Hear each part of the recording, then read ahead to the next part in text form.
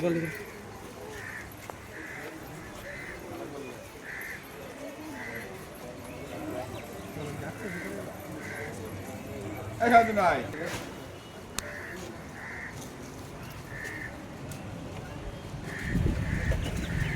চলো 2011 সালে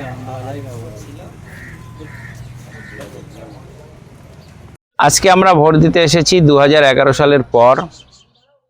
দীর্ঘ 2011 সালের পর থেকে এই এলাকাটা একটা বাম দুর্গ বলা যায়, বামপন্থী কৃষক আন্দোলনের জায়গা। কিন্তু বামপন্থী সমর্থকদের উপর যে সন্ত্রাস ছিল, আমরা 2011 সালের পরে আমাদের গণতান্ত্রিক অধিকার প্রয়োগ করতে পারিনি। আজকে নির্বাচন কমিশনের ব্যবস্থাপনা, তার ভরসা, তার আশ্বাসের ফলে আমরা এই বুথে এসে ভোট দিতে পাচ্ছি। স্যালুট টু নির্বাচন কমিশন। কি মনে হচ্ছে তাহলে তৃণমূলের ভোট নিশ্চিতভাবেই কমবে। যেভাবে লুট করত ভোট, মৃত ভোটার দিয়ে নিত, ভুয়ো ভোটার দিয়ে নিত, সেটা এসআইআরের ফলে মৃত ভুয়ো ভোটার বাতিল হয়েছে।